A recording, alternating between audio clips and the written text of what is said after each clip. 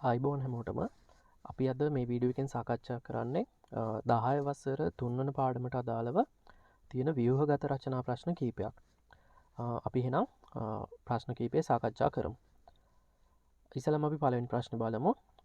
පදාර්ථයේ තැනුම් ඒකකයේ පරමාණුයි කියලා ඉහළින් දක්වලා තියෙනවා. පළවෙනි ප්‍රශ්නේ අපෙන් අහනවා මූලද්‍රව්‍ය පරමාණුවක පරමාණුක ක්‍රමාංකය හා ස්කන්ධ ක්‍රමාංකය ලිවීමේ සම්මත ක්‍රමයක් ඇත. ඊට පස්සේ ඔයාලට මේ D කියන පරමාණුවේ ස්කන්ධ ක්‍රමාංකයයි පරමාණු ක්‍රමාංකයයි සම්මත ආකාරයෙන් දක්වලා තියෙනවා. ඔයාලගෙන් අහන්නේ D පරමාණුවේ ස්කන්ධ ක්‍රමාංකය හා පරමාණුක ක්‍රමාංකය දැක්වෙන සංකේත මොනවද කියලා. එතකොට ඔයාලා දන්නවා ස්කන්ධ ක්‍රමාංකය සහ පරමාණු ක්‍රමාංකය සම්මත ආකාරයෙන් දක්වන්නේ අපි ඒ අදාළ මූලද්‍රව්‍ය වම් පැත්තේ පහළින් දක්වන පරමාණුක ක්‍රමාංකය ඉහළින් දක්වන ස්කන්ධ ක්‍රමාංකය. එහෙනම් මේ D කියන පරමාණු ස්කන්ධ ක්‍රමාංකය දැක්වෙන සංකේතය වෙන්නේ කැපිටල් A කියන සංකේතය. පරමාණු ක්‍රමාංකය දැක්වෙන සංකේතය Z කියන සංකේතය. අපි යන් දෙවෙනි ප්‍රශ්නයට. දෙවෙනි ප්‍රශ්න වලකින් අහන්නේ මූලද්‍රව්‍ය පරමාණුවක පරමාණුක ක්‍රමාංකය යන්නෙන් අදහස් කරන්නේ කුමක්ද කියලා. එතකොට ඔයාලා දන්නවා පරමාණුක ක්‍රමාංකය කියන්නේ මූලද්‍රව්‍ය පරමාණුවක අඩංගු වන ප්‍රෝටෝන සංඛ්‍යාවට. මූලද්‍රව්‍ය පරමාණුවක අඩංගු වන ප්‍රෝටෝන ගණන තමයි පරමාණුක ක්‍රමාංකය කියලා හඳුන්වන්නේ. තුන්වෙනි ප්‍රශ්න වලකින් අහන්නේ මූලද්‍රව්‍ය පරමාණුවක ස්කන්ධ ක්‍රමාංකය යනුවෙන් අදහස් කරන්නේ කුමක්ද කියලා. එතකොට ස්කන්ධ ක්‍රමාංකය කියන්නේ මූලද්‍රව්‍ය පරමාණුවක න්‍යෂ්ටියේ අඩංගු වන ප්‍රෝටෝන ගණනෙත් නියුට්‍රෝන ගණනෙත් එකතුව. මූලද්‍රව්‍ය පරමාණුවක න්‍යෂ්ටියේ අඩංගු වන ප්‍රෝටෝන සහ නියුට්‍රෝන වල එකතුවට තමයි ස්කන්ධ ක්‍රමාංකය කියන්නේ. හතරවන ප්‍රශ්නය අහන්නේ මූලද්‍රව්‍ය පරමාණුවක ස්කන්ධ ක්‍රමාංකය සෙවීමේදී උපපරමාණුක අංශුවක් වන ඉලෙක්ට්‍රෝන ස්කන්ධය නොසලකා හරින්නේ ඇයි කියලා. ඉලෙක්ට්‍රෝන ස්කන්ධය නොසලකා හරින්න හේතුව තමයි ඔයාලා දන්නවා මේ උපපරමාණුක අංශු වල ස්කන්ධය සැලකුවාම ප්‍රෝටෝන එක සහ නියුට්‍රෝන එක ස්කන්ධය ආසන්න වශයෙන් සමානයි කියලා සලකන්නේ. ඒත් එක්කම අපි ප්‍රෝටෝන ස්කන්ධය එකයි කියලා සැලකුවොත් ඉලෙක්ට්‍රෝන ස්කන්ධය වෙන්නේ ප්‍රෝටෝන ස්කන්ධය ඒ කියන්නේ අපි එක කියලා සැලකුවොත් එය කොටස් 1840කට බෙදුනහම ලැබෙන අගේ තමයි ඉලෙක්ට්‍රෝන ස්කන්ධය වෙන්නේ. ඒ කියන්නේ ඉලෙක්ට්‍රෝනයේ තියෙන්නේ ඊටාම කුඩා ස්කන්ධයක්. අන්නේ කුඩා ස්කන්ධයක් තියෙන හින්දා තමයි මේ ස්කන්ධ ක්‍රමාංකය හොයද්දී ඉලෙක්ට්‍රෝන ස්කන්ධය අපි සලකන්නේ නැත්තේ. එහෙනම් ඉලෙක්ට්‍රෝන ස්කන්ධය නොසලකා හරින්න හේතුව තමයි ඉලෙක්ට්‍රෝන ස්කන්ධය ඊටා කුඩා වීම. අපි දැන් බලමු පළවෙනි ප්‍රශ්නේ B කොටස. ඔයාලගේ මේ පළවෙනි ප්‍රශ්නේ B කොටසේ අහන්නේ සෝඩියම් කියන මූලද්‍රව්‍ය පිළිබඳව. පළවෙනි ප්‍රශ්නේ අහන්නේ සෝඩියම් මූලද්‍රව්‍යයේ පරමාණු ක්‍රමාංකය සහ ස්කන්ධ ක්‍රමාංකය සම්මත ක්‍රමයට ලියන්නලු ඔයාලට පරමාණු ක්‍රමාංකයයි ස්කන්ධ ක්‍රමාංකයයි දක්වලා තියෙනවා. එහෙනම් සම්මත ක්‍රමයට ලියද්දී ඔයාලා දන්නවා මූලද්‍රව්‍යයේ වම් පැත්තේ පල්ලෙහායින් පරමාණු ක්‍රමාංකය ලියනවා වම් පැත්තේ ඉහළින් ස්කන්ධ ක්‍රමාංකය ලියනවා. එහෙනම් සෝඩියම් කියන මූලද්‍රව්‍යයේ වම් පැත්තේ පහළ 11 කියන අගය තියෙන්න ඕන. ස්කන්ධ ක්‍රමාංකය ඉහළින් ලියන හින්දා වම් පැත්තේ ඉහළින් 23 කියන අගය තියෙන්න ඕන. දෙවන ප්‍රශ්නේ අහන්නේ සෝඩියම් පරමාණුවේ න්‍යෂ්ටියේ අඩංගු ප්‍රෝටෝන සංඛ්‍යාව කොපමණද කියලා. මේක ඔයාලට ලේසියෙන්ම ගන්න පුළුවන්.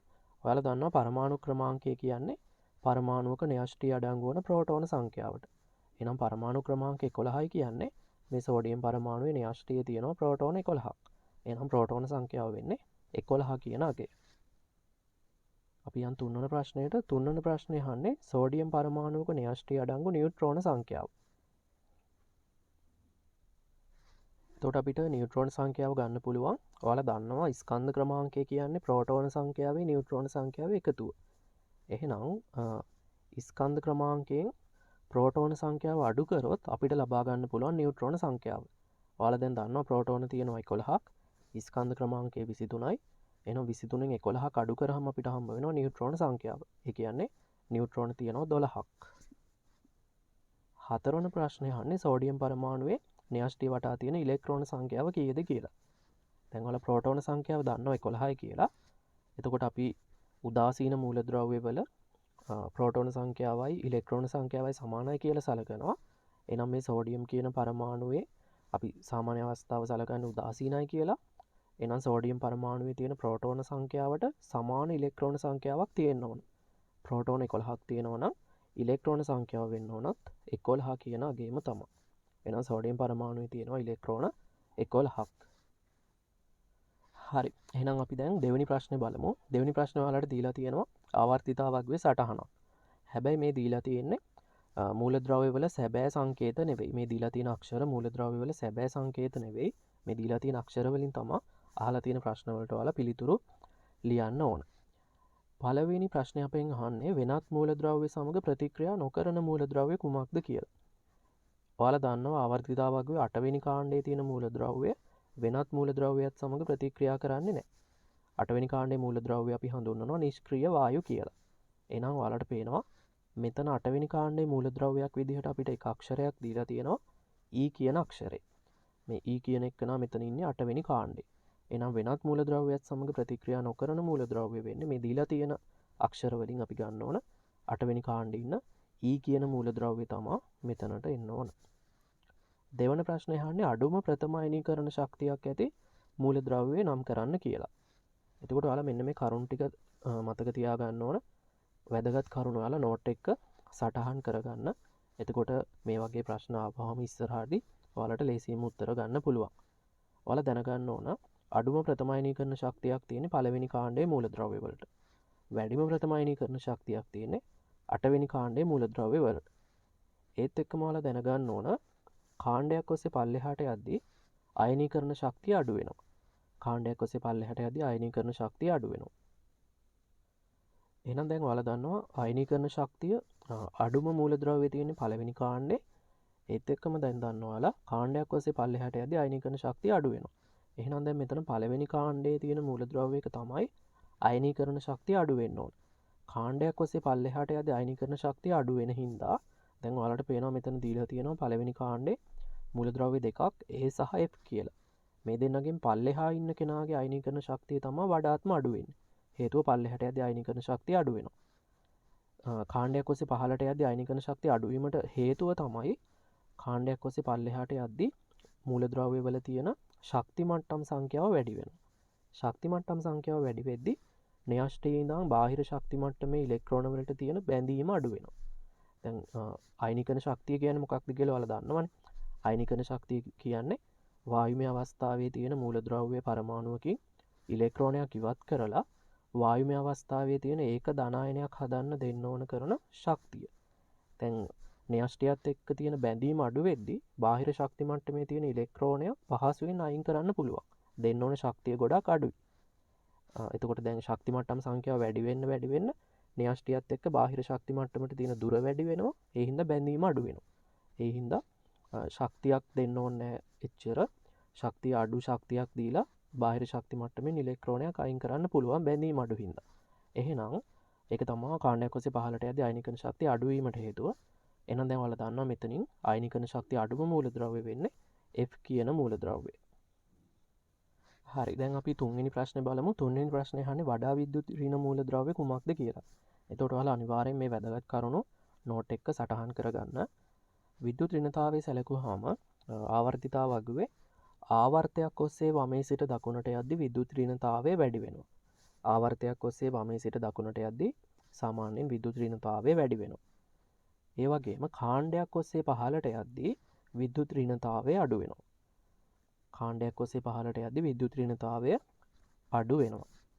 තව කරුණක් තමයි අපි මේ 8 වෙනි කාණ්ඩයේ මූලද්‍රව්‍ය වල විද්‍යුත් ඍණතාවය සඳහන් කරන්නේ නැත්නම් සලකන්නේ නැහැ. 8 වෙනි කාණ්ඩයේ මූලද්‍රව්‍ය වල විද්‍යුත් ඍණතාවය ගැන අපි සලකන්නේ නැහැ. එහෙනම් දැන් ඔයාලට මෙතන විද්‍යුත් ඍණතාවයේ වැඩිම මූලද්‍රව්‍ය හොයාගන්න පුළුවන්. ඔයාලා දන්නවා දැන් ආවර්තයක් ඔස්සේ වමේ සිට දකුණට යද්දී විද්‍යුත් ඍණතාවය වැඩි වෙනවා. එහෙනම් මෙතනදී දකුණෙන් එන මූලද්‍රව්‍ය ඔයාලට පේනවා දෙන්නෙක් ඉන්නවා E සහ D කියලා. හැබැයි E කියන මූලද්‍රව්‍ය ඉන්නේ 8 වෙනි කාණ්ඩේ. අපි 8 වෙනි කාණ්ඩේ මූලද්‍රව්‍ය වල විද්‍යුත් ඍණතාවය සලකන්නේ නැහැ. එහෙනම් අපිට මෙතනින් E කියන එක අයින් කරන්න පුළුවන්. එහෙනම් මෙතනදී වඩා විද්‍යුත් ඍණ මූලද්‍රව්‍ය වෙන්නේ D කියන මූලද්‍රව්‍යය. හතරවෙනි ප්‍රශ්නේ අහන්නේ A මූලද්‍රව්‍යයේ පරමාණු ක්‍රමාංකය හා ඉලෙක්ට්‍රෝන වින්‍යාසය ලියන්න කියලා. එතකොට දැන් ඔයාලට ආවර්තිතාවග්ව මතක නම් මේ A කියන තැනට එන්නේ ලිතියම් කියන මූලද්‍රව්‍යය. ඔයාලා දන්නවා ලිතියම්ගේ පරමාණුක ක්‍රමාංකය 3යි. එනම් ඒ කියන මූලද්‍රව්‍යයේ පරමාණු ක්‍රමාංකය 3යි. ඉලෙක්ට්‍රෝන වින්‍යාසය ලියන්නත් අපිට පුළුවන් එහෙනම් පරමාණු ක්‍රමාංකය කියන්නේ න්‍යෂ්ටියේ තියෙන ප්‍රෝටෝන ගණන. එහෙනම් ඔයාලා දන්නවා දැන් මෙයාගේ ප්‍රෝටෝන තියෙනවා 3ක්. ඒත් එක්කම දැන් ඔයාලා දන්නවා උදාසීන මූලද්‍රව්‍යයක ප්‍රෝටෝන ගණන සහ ඉලෙක්ට්‍රෝන ගණන සමාන. එහෙනම් ප්‍රෝටෝන 3ක් තියෙනවා නම් ඉලෙක්ට්‍රෝනක් තියෙන්නේ 3යි. එහෙනම් ඉලෙක්ට්‍රෝන වින්‍යාසය ලියන්න පුළුවන් අපිට 2 සහ 1 කියලා. පස්වෙනි ප්‍රශ්නය අහන්නේ මේ දීලා තියෙන මේ වගුවේ තියෙන මූලද්‍රව්‍ය වලින් ලෝහ මූලද්‍රව්‍ය දෙකක් සහ අලෝහ මූලද්‍රව්‍ය එකක් ලියන්න කියලා. ඔයාලා දැනගන්න ඕන මෙන්න මේ කරුණු ටික. පළවෙනි කාණ්ඩයේ තියෙන මූලද්‍රව්‍ය වලින් හයිඩ්‍රජන් හැර ඉතුරු මූලද්‍රව්‍ය ටික ලෝහ. හයිඩ්‍රජන් ලෝහයක් නෙවෙයි. පළවෙනි කාණ්ඩයේ තියෙන මූලද්‍රව්‍ය වලින් හයිඩ්‍රජන් හැර ඉතිරි මූලද්‍රව්‍ය ලෝහ. එතකොට දැන් එතනින්ම අපිට මෙතන මූලද්‍රව්‍ය දෙකක් ගන්න පුළුවන් ලෝහ විදියට තියෙන A සහ F. ඊට අමතරව මේ දෙවෙනි කාණ්ඩයේ තියෙන මේ B කියන එකත් අපිට ලෝහයක් විදියට ගන්න පුළුවන්. ඔයාලා දන්නවා B කියන තැනට එන්න ඕන බෙරලියම් කියන මූලද්‍රව්‍යය. ඊට අමතරව මේ C කියන මූලද්‍රව්‍යයත් ලෝහයක් විදියට ගන්න පුළුවන්. C කියන්නේ මෙතන මේ C කියන ස්ථානයේ තියෙන්න ඕන ඇලුමිනියම් කියන මූලද්‍රව්‍යය. ඊගාවට අලෝහ මූලද්‍රව්‍යයක් විදියට අපිට ගන්න පුළුවන් D කියන මූලද්‍රව්‍යය. ඔයාලා දන්නවා අවර්තව වගේ මේ D තියෙන ස්ථානයේ තියෙන්නේ ක්ලෝරින් කියන මූලද්‍රව්‍යය. 6 වෙනි ප්‍රශ්නේ අහන්නේ F මූලද්‍රව්‍යයේ සැබෑ සංකේතය කුමක්ද කියලා. එතකොට මෙතන පළවෙනි කාණ්ඩයේ පහළම තියෙන මූලද්‍රව්‍ය තමයි මෙතන F කියලා දක්වලා තියෙන්නේ. එහෙනම් ඔයාලා දන්නවා මෙතන F කියන තැන ඇත්තටම තියෙන්න ඕන පොටෑසියම් කියන මූලද්‍රව්‍ය. එහෙනම් පොටෑසියම් වල සැබෑ සංකේතය වෙන්නේ කැපිටල් K. පොටෑසියම් වල සංකේතය තමයි අපි මෙතනදී ලියන්න ඕන. අපි දැන් දෙවෙනි ප්‍රශ්නේ B කොටස බලමු. ඔයාලට පේනවා මෙතන මේ වගුවක් දීලා තියෙනවා. මේ වගුවේ දීලා තියෙන දත්ත ඇසුරෙන් තමයි මේ ප්‍රශ්න වලට පිළිතුරු සපයන්න ඕන. එතකොට මේකෙදි x හා y කියලා මූලද්‍රව්‍ය දෙකක් දීලා තියෙනවා. මේ මූලද්‍රව්‍ය වල ස්කන්ධ ක්‍රමාංකයයි පරමාණු ක්‍රමාංකයයි දක්වලා තියෙනවා. ඔයාලගෙන් අහන්නේ ඉස්සෙල්ලාම මෙන්න මේ x සහ y කියන මූලද්‍රව්‍ය වල ඉලෙක්ට්‍රෝන ගාන අහනවා. ඊට පස්සේ ප්‍රෝටෝන ගණන අහනවා. ඊට පස්සේ නියුට්‍රෝන ගණන අහනවා. අපි ඉස්සෙල්ලාම x කියන මූලද්‍රව්‍ය සලකමු. එතකොට x වල ස්කන්ධ ක්‍රමාංකය 23යි පරමාණු ක්‍රමාංකය 11යි. ඉස්සෙල්ලාම අහන්නේ ඉලෙක්ට්‍රෝන ගණන. පරමාණු ක්‍රමාංකය 11යි කියන්නේ x වල ප්‍රෝටෝන 11යි කියලා ඔයාලට මතක් වෙන්න ඕන. හේතුව පරමාණු ක්‍රමාංකය කියන්නේ අපි න්‍යෂ්ටිය අඩංගු ප්‍රෝටෝන සංඛ්‍යාවට. පරමාණු ක්‍රමාංකය 11යි කියන්නේ ප්‍රෝටෝන තියෙනවා 11ක්. ප්‍රෝටෝන සංඛ්‍යාව 11යි කියන්නේ ඔයාලා දන්නවා උදාසීන මූලද්‍රව්‍යයක ප්‍රෝටෝන සංඛ්‍යාවයි ඉලෙක්ට්‍රෝන සංඛ්‍යාවයි සමාන. එහෙනම් ප්‍රෝටෝන 11යි කියන්නේ x කියන මූලද්‍රව්‍ය ඉලෙක්ට්‍රෝන තියෙනවා 11ක්. එහෙනම් ඊගාවට අහන්නේ ප්‍රෝටෝන ගණන. ප්‍රෝටෝන ගණනත් ඔයාලා දැන් දන්නවා ප්‍රෝටෝන ගණනත් 11යි. නියුට්‍රෝන ගණන අපිට ගන්න පුළුවන් ස්කන්ධ ක්‍රමාංකයෙන් ප්‍රෝටෝන සංඛ්‍යාව අඩු කරලා. ස්කන්ධ ක්‍රමාංකය කියන්නේ ප්‍රෝටෝන සහ නියුට්‍රෝන වල එකතුවනේ. එහෙනම් ස්කන්ධ ක්‍රමාංකයෙන් ප්‍රෝටෝන සංඛ්‍යාව අඩු කරාම අපිට හම්බ වෙනවා නියුට්‍රෝන ගණන. එතකොට x වල ස්කන්ධ ක්‍රමාංකය 23යි ප්‍රෝටෝන තියෙනවා 11ක්. එහෙනම් 23න් 11ක් අඩු කරාම අපිට හම්බ වෙනවා 12ක්. එහෙනම් x කියන මූලද්‍රව්‍යයේ නියුට්‍රෝන තියෙනවා 12ක්. ওই විදිහටම තමයි y කියන මූලද්‍රව්‍යයේත් මේ අහලා තියෙන ප්‍රශ්න වලට ඔයාලට උත්තර ගන්න වෙන්නේ. එතකොට y කියන මූලද්‍රව්‍ය ඉලෙක්ට්‍රෝන ගාන අහනවා දැන්. එහෙනම් දැන් අර විදිහටම ගන්න පුළුවන් පරමාණු ක්‍රමාංකය 19යි y වල. ඒ කියන්නේ ප්‍රෝටෝන තියෙනවා 19ක්. උදාසීන මූලද්‍රව්‍ය හින්දා ප්‍රෝටෝන සංඛ්‍යාවයි ඉලෙක්ට්‍රෝන සංඛ්‍යාවයි සමානයි. එහෙනම් ඉලෙක්ට්‍රෝන ගණනත් 19. ප්‍රෝටෝන ගණන දැන් ඔයාලා කොහොමද දන්නවා 19යි. නියුට්‍රෝන ගණන ස්කන්ධ ක්‍රමාංකයෙන් ප්‍රෝටෝන සංඛ්‍යාව අඩු කරලා අපිට ගන්න පුළුවන්.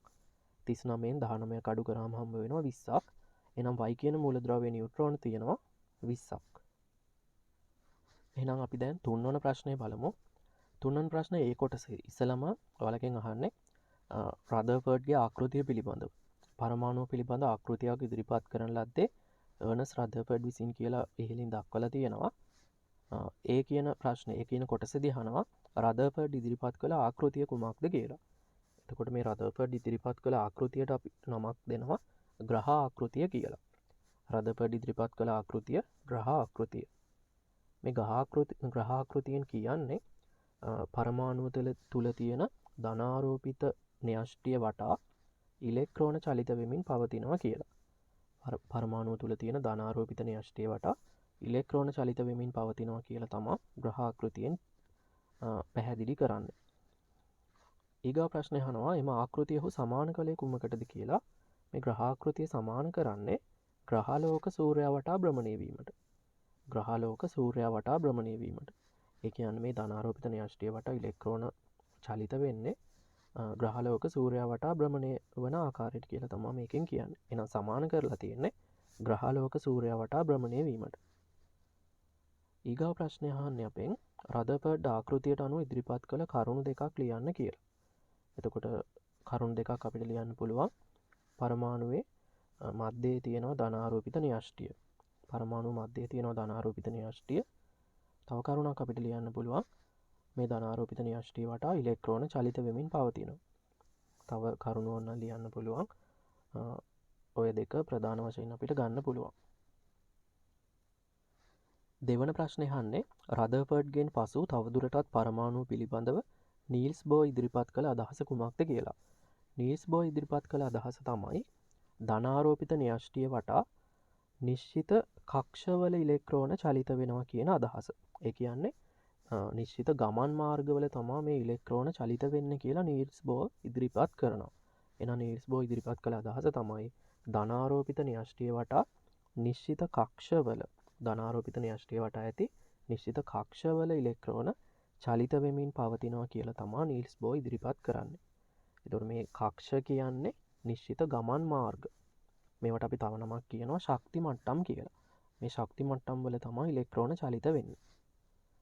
තුන්වෙනි ප්‍රශ්න වලගෙන් අහන්නේ මෙතන අපිට දීලා තියෙනවා කැපිටල් K අක්ෂරය L සහ M කියන අක්ෂර. එතකොට දැන් ඔයාලා දන්නවා මෙන්න මේ අක්ෂර වලින් හඳුන්වන ශක්ති මට්ටම් මොනවද කියලා. දැන් අපෙන් අහන්නේ මේ ශක්ති මට්ටම් වල පවතින්න පුළුවන් උපරිම ඉලෙක්ට්‍රෝන ගණන. එතකොට ඔයාලා දන්නවා පළවෙනි ශක්ති මට්ටම අපි දක්වන්නේ කැපිටල් K අක්ෂරයෙන්. දෙවෙනි ශක්ති මට්ටම දක්වන්නේ L අක්ෂරයෙන්. තුන්වන ශක්ති මට්ටම දක්වන්නේ M අක්ෂරයෙන්. හතරවන ශක්ති මට්ටම තමයි N අක්ෂරයෙන් දක්වන්නේ. එතකොට දැන් මේ අපිට දීලා තියෙන්නේ පළමුවන, දෙවන සහ තුන්වන ශක්ති මට්ටම්. මේ ශක්ති මට්ටම් වල තියෙන උපරිම ඉලෙක්ට්‍රෝන ගාන තමයි අහන්නේ. එතකොට කැපිටල් K කියන්නේ පළවෙනි ශක්ති මට්ටම. පළවෙනි ශක්ති මට්ටමේ තියෙන්න පුළුවන් උපරිම ඉලෙක්ට්‍රෝන ගණන 2යි.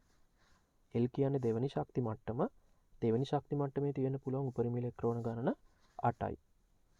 M කියන්නේ තුන්වන ශක්ති මට්ටම. තුන්වන ශක්ති මට්ටමේ තියෙන්න පුළුවන් උපරිම ඉලෙක්ට්‍රෝන ගණන 18යි. අපි දැන් තුන්වෙනි ප්‍රශ්නේ B කොටස බලමු. B කොටස වලගෙන් අහන්නේ මූලද්‍රව්‍ය ඔක්සිජන් සමග සම්බන්ධ වී ඔක්සයිඩ් සාදයි. මේ දීලා තියෙන ඔක්සයිඩ් වල සූත්‍ර අහන්නේ. පහත ඔක්සයිඩ් වල සූත්‍ර ලියන්න. ඔයාලට ඔක්සයිඩ් තුනක් දීලා තියෙනවා. සෝඩියම් ඔක්සයිඩ්, ඇලුමිනියම් ඔක්සයිඩ් සහ සල්ෆර් ඩයොක්සයිඩ්. එතකොට ඔයාලා දන්නවා සූත්‍රයක් ලියන්නේ අපි ඒ අදාළ මූලද්‍රව්‍ය වල සංයුතාවය හොයාගෙන ඒ සංයුතාව හුවමාරු කිරීම මගින්. එහෙනම් මේ ඔක්සයිඩ් වල සූත්‍ර ලියද්දී ඔයාලා දැන් මේ මූලද්‍රව්‍ය වල සංයුතාව හොයාගන්න ඕන. අපි ඉස්සෙල්ලාම සෝඩියම් ඔක්සයිඩ්ගේ සූත්‍රය ලබා ගන්න විදිහ බලමු. එතකොට දැන් සෝඩියම් ඔක්සයිඩේ හදන්න දායක වන මූලද්‍රව්‍ය දෙක තමයි සෝඩියම් සහ ඔක්සිජන්.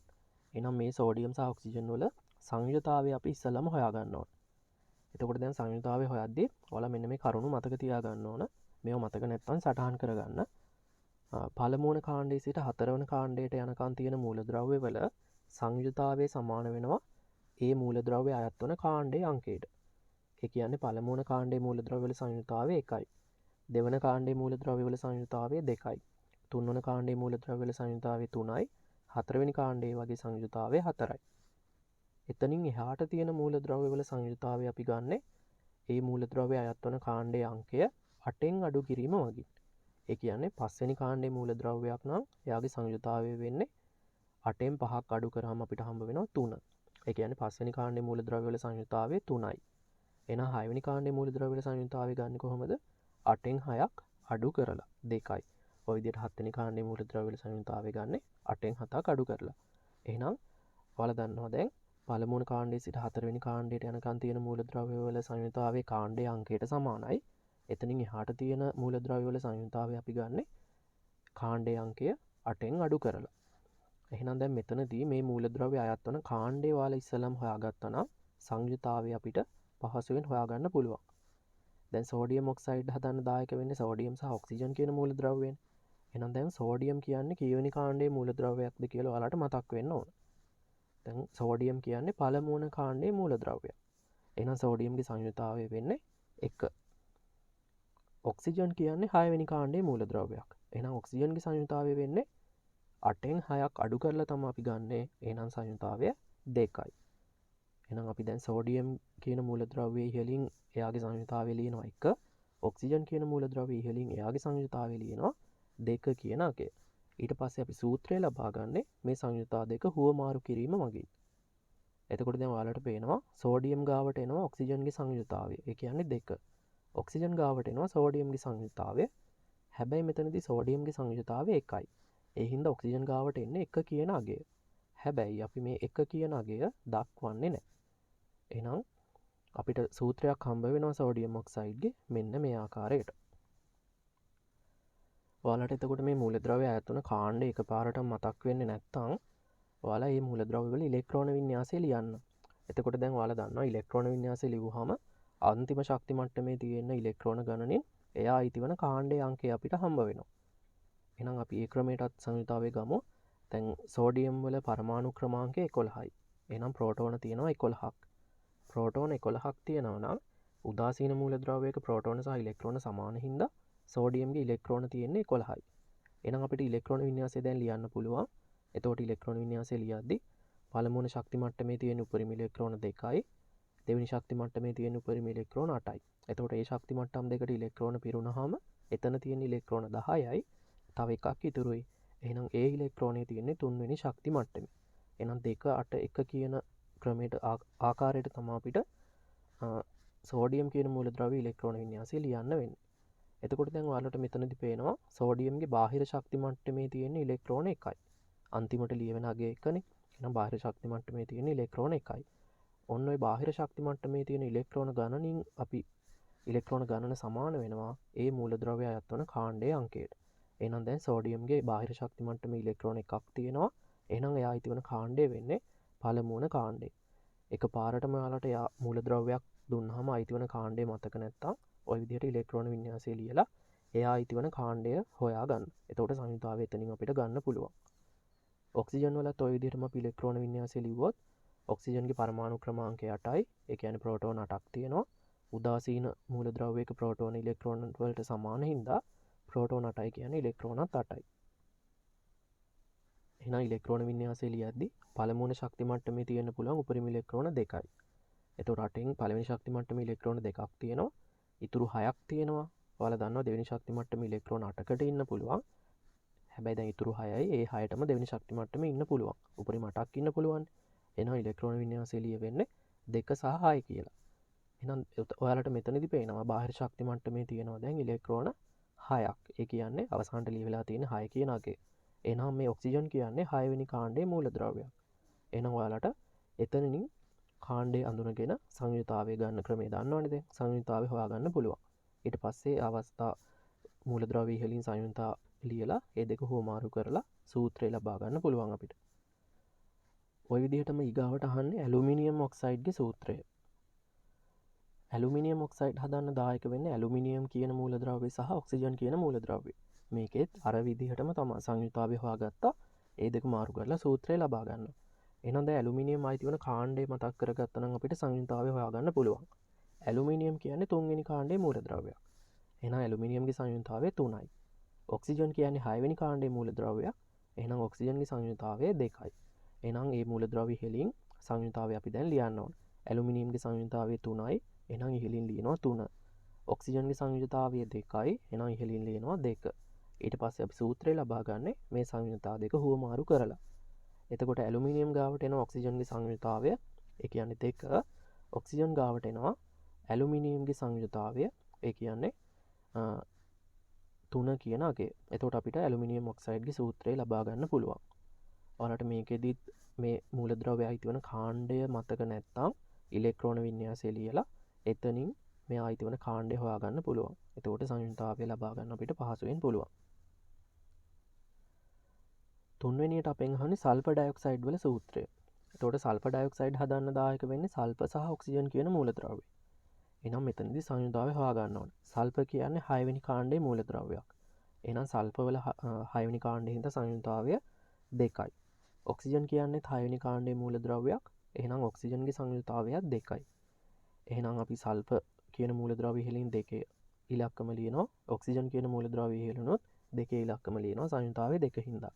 හැබැයි දැන් ඔයාලට මෙතනදී පේනවා මේ සංයුතා දෙකම එකම සංඛ්‍යාවකින් බෙදලා අපිට තවදුරටත් සරල භාවයට පත් කරන්න පුළුවන්. සරල කරන්න පුළුවන්. ඔයාලට පේනවා මේ 2 කියන අගය මේ දෙන්නම එකම සංඛ්‍යාවකින් බෙදන්න පුළුවන්. අපිට 2 කියන අගය දෙකෙන්ම බෙදන්න පුළුවන්. එතකොට 2ට 2 ඒවා 1යි. එහෙනම් සල්පවල ඉහළින් සංයුතාවය 2 තියෙනවා. ඒ දෙක අපි දෙකෙන් බෙදුනහම මෙතන එනවා 1ක්. ඔක්සිජන්ගේ සංයුතාවයත් 2යි. එහෙනම් ඔක්සිජන්ගේ සංයුතාවයත් අපිට දෙකෙන් බෙදන්න පුළුවන්. එතකොටත් එන්නේ 1යි. ඊට පස්සේ අපි දැන් සංයුතා දෙක හුවමාරු කරනවා. අපි දැන් සරල කරගෙන තියෙන්නේ. එතකොට සල්ප ගාව දැන් මේ දෙක සුළු කරාම තියෙන 1, ඔක්සිජන් ගාව තියෙන්නේත් 1. මේ දෙක හුවමාරු කරාම දෙන්නටම හම්බ වෙන්නේ 1නේ. අපි 1 කියන සංයුතාවය ලියන්නේ නැහැ. එහෙනම් ඔයාලට එන්නේ මේ වගේ සූත්‍රයක්. හැබැයි මේ සූත්‍රය ස්ථායි සූත්‍රයක් නෙවෙයි. ස්ථායි කියන්නේ මේ විදිහට මෙයාට පවතින්න බෑ. ඔයාලා ඒත් එක්කම දැනගන්න ඕන ඔක්සිජන් පරමාණු එකක් තියෙද්දි අපි හඳුන්වන්නේ මොනොක්සයිඩ් කියලා. එහෙනම් දැන් අපිට මෙතනදී සූත්‍රයක් ඇවිල්ලා තියෙනවා. ඒ සූත්‍රයේ තියෙන ඔක්සිජන් පරමාණු 1යි. එහෙනම් මේ තියෙන්නේ සල්ප මොනොක්සයිඩ්. ඊගාව කරුණ තමයි ඔක්සිජන් පරමාණු 2ක් තියෙනවා නම් තමයි ඩයොක්සයිඩ් කියලා හඳුන්වන්නේ. ඔක්සිජන් පරමාණු 2ක් තියෙනවා නම් තමයි ඩයොක්සයිඩ් කියලා හඳුන්වන්නේ. එහෙනම් ඔයාලට මේ පහලින් දක්වලා තියෙනවා සල්ප ඩයොක්සයිඩ් වල සූත්‍රය. අපි සංයුතා හුවමාරු කරලා ගත්තහම අපිට ලැබෙන්නේ සල්ෆර් ඩයොක්සයිඩ් වල සූත්‍රය නෙවෙයි මෙතනදී සල්ෆර් මොනොක්සයිඩ් වල සූත්‍රය. සල්ෆර් ඩයොක්සයිඩ් වල ඔක්සිජන් පරමාණු 2ක් තියෙන්න ඕන. එතකොට සල්ෆර් ඩයොක්සයිඩ් වල සූත්‍රය මෙතන පහතින් දක්වලා තියෙනවා. ඊගාව ප්‍රශ්නේ අහන්නේ මේ ඔක්සයිඩ් වල ප්‍රබල භාෂ්මික උභයගුණී සහ ප්‍රබල ආම්ලික ඔක්සයිඩ් මොනවද කියලා වෙන වෙනම ලියන්න ඕන. එතකොට මෙතනින් ප්‍රබල භාෂ්මික ඔක්සයිඩය වෙන්නේ සෝඩියම් ඔක්සයිඩය. සෝඩියම් ඔක්සයිඩ් තමයි ප්‍රබල භාෂ්මික ඔක්සයිඩය. ඊගාවට උභයගුණී ඔක්සයිඩය අහනවා. උභයගුණී ඔක්සයිඩය ඇලුමිනියම් ඔක්සයිඩය. ඇලුමිනියම් ඔක්සයිඩය තමයි උභයගුණී ඔක්සයිඩය වෙන්නේ. ඊගාවට ප්‍රබල ආම්ලික ඔක්සයිඩය අහන්නේ. ප්‍රබල ආම්ලික ඔක්සයිඩය සල්ෆර් ඩයොක්සයිඩ්. ඊගාව ප්‍රශ්නේ අහන්නේ සෝඩියම් ලෝහය සහ සල්ෆර් වල භාවිත දෙකක් භාවිත වන අවස්ථා දෙකක් ලියන්න කියලා. එතකොට අපිට සෝඩියම් ලෝහයේ භාවිත විදිහට ගන්න අවස්ථා දෙකක් විදිහට ගන්න පුළුවන්. රන් රිදී නිස්සාරණයට අවශ්‍ය සෝඩියම් සයනයිඩ් නිපදවීමට ගන්නවා. සෝඩියම් ලෝහයේ ප්‍රයෝජනයක් විදිහට නැත්නම් භාවිතයක් විදිහට භාවිතා කරනවා රන් රිදී නිස්සාරණයට අවශ්‍ය සෝඩියම් සයනයිඩ් නිපදවීමට. මීට අමතරව තවත් භාවිතයක් තමයි කහ පැහැති ආලෝකයේ විහිදෙන විදුලි ලාම්පු නිපදවීම. අපි මේවට කියනවා සෝඩියම් වාෂ්ප ලාම්පු කියලා. කහ පැහැති ආලෝකයේ විහිදෙන විදුලි ලාම්පු නිපදවීමට සෝඩියම් ලෝහය යොදා ගන්නවා. ඊගාවට සල්පවල භාවිත දෙකක් විදිහට අපිට ගන්න පුළුවන්. සල්ෆියුරික් අම්ලය නිපදවන්න සල්ප භාවිතා කරනවා. සල්ෆියුරික් අම්ලය නිපදවීමට. මීට අමතරව රබර් වල්කනයිස් කිරීමටත් සල්ප භාවිතා කරනවා.